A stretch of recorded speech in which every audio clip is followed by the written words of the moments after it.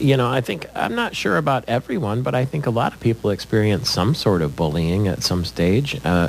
Just to what degree, I guess, is varied, but you must have people come up to you all the time and say, my son or daughter talked about this, or this even happened to me when I was in school. I just got an email last night from a mother up in northern Michigan who's pulling their daughter from a school. It happens everywhere. And why, our legislators are just saying, our schools are fine. They're not fine. And again, this isn't anything punitive. This is really a step to help move them forward. When we talk about Massachusetts is a perfect example of knowing something that's happening and not doing anything. Do you find that teachers will sometimes say, well, kids will be kids?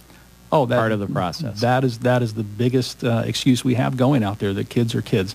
People need to understand that bullying today is not what it was when we were going to school. It's more sophisticated? It's more sophisticated. They're using technology, and it's much more vicious.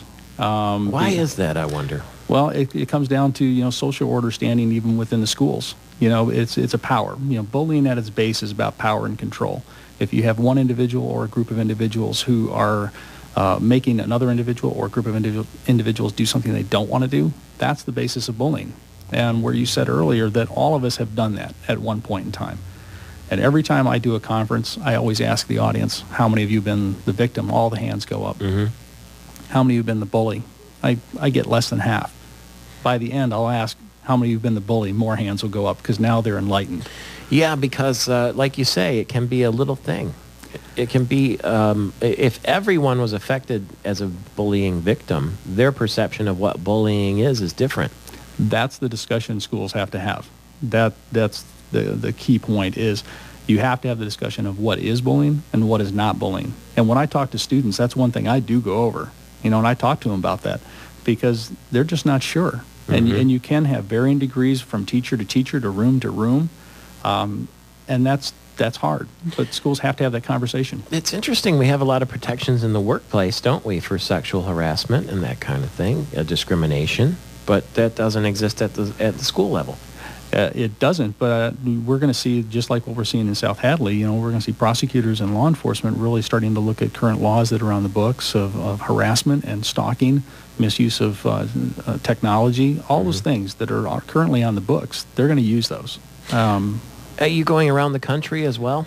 I've been to 2 different places, invited to conferences. I have one coming up in Texas, and I was in Texas about 2 years ago. But basically, I do a lot of things here in Michigan, and recently was at a few schools, and I think I'm probably getting close to over 5,000 students that I've talked to in the state. Wow, I must occupy all of your thoughts and a lot of your time as the co-director of Bullypolice USA. How can people reach Bullypolice USA, or how can they help you?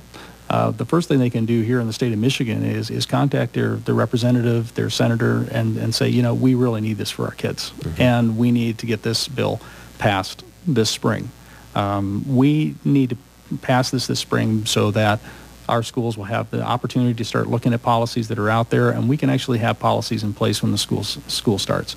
We can't allow our legislators to kind of hold this off one more time, possibly for the elections.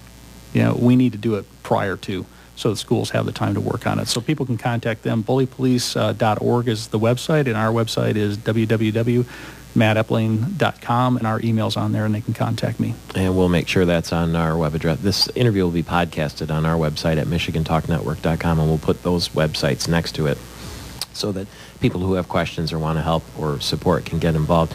Did Matt have brothers or sisters? He has a sister who is a senior at East Lansing, so we're getting ready for her graduation. How is she doing? She's doing well. She's a great young lady. Okay, terrific. Well, thank you. Sorry to make you relive this story, but let's just hope that somebody was helped this morning. If we help one person, that's why we do it. Your courage is palpable. Thank you very much for being with us. Thank you, Michael. Let us know how we can help, too, going forward. Kevin Epling, the co-director of Bullypolice USA, and most importantly, the father of Matt. At 35 minutes after the hour, it's Michael Patrick Shiels. From the beaches of Lake Michigan, through the Straits of Mackinac, to the shores of Lake Huron and the Saginaw Bay, you're listening to Michael Patrick Shiels.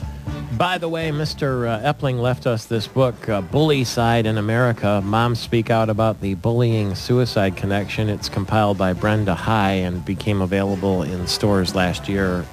If you're interested at all or want to have a look-see, there's a CD involved in there too. Bullycide in America. Thank you very much. Anybody who wants to hear that interview again, and it might be a good idea if you have kids in school, whether they're the bully or the victim.